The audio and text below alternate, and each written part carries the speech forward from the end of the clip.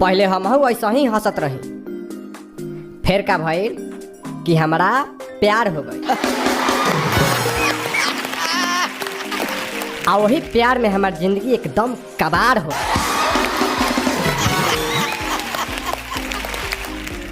अब तहनी सोचत हो लोगन कि कैसे, तो अभी बताओ तनी, ध्यान से सुनियो लोगन। हम जान तनी दांत चियर तो सुनो लोगन कि हमार हालत कैसे भइल बा, तो ध्यान से सुनियो लोग।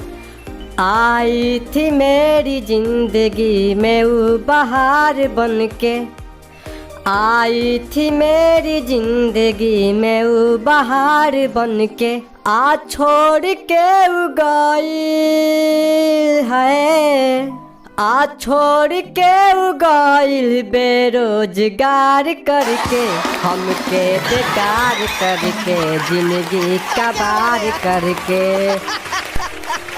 पहले तो बहुते बड़ा बड़ा बात बोलत रहे, ओकर बात सुन के बुझात रहे कि एकदम सचौका प्यार हो गइल बा, एकदम हीर रांझा।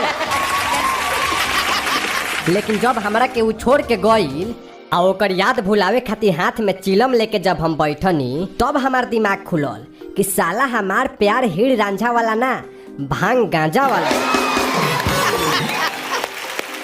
यार तो सुनो लोगन, पहले का कहत रहे, कहती थी भले जिंदगी में नून रोटी खाएंगे, एकदम खेसरिया के डायलॉग मार के हमरा के पहले के मेल कर देना।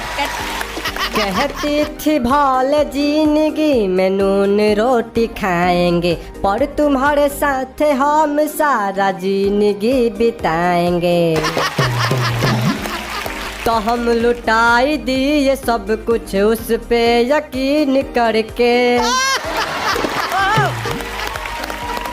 आ छोड़ के उगाइल बेरोजगार करके, हमके बेकार करके, जिंदगी कबार करके। ओकरा नून रोटी वाला प्यार के असलियत तो तब पता चलल जब हम इंटर में फेल कर गईनी ओकरे चक्कर में, आ बाबूजी मार के घर से बहरी निकाल देते। आ जब हम ओकरा लगे गईनी तब का भइल सुनो लोगन। जब जेब भइल खाली हमके देख के गइल गाली, जब जेब भइल खाली हमके देख के गइल गाली, सब रिश्ता तोड़ी ले लख जब आ गइल कंगाली।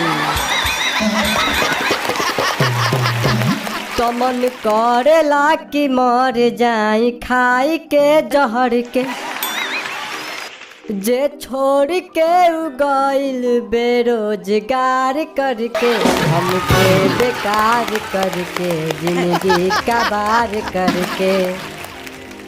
तो भैया लोग अंत में इतने कहें कि भैया जिंदगी से दूर कर प्यार के भरम के, ना तो छोड़ कौन जाई है, ना तो छोड़ कौन जाई बेरोजगार करके, तोहके बेकार करके, जिंदगी कबार करके।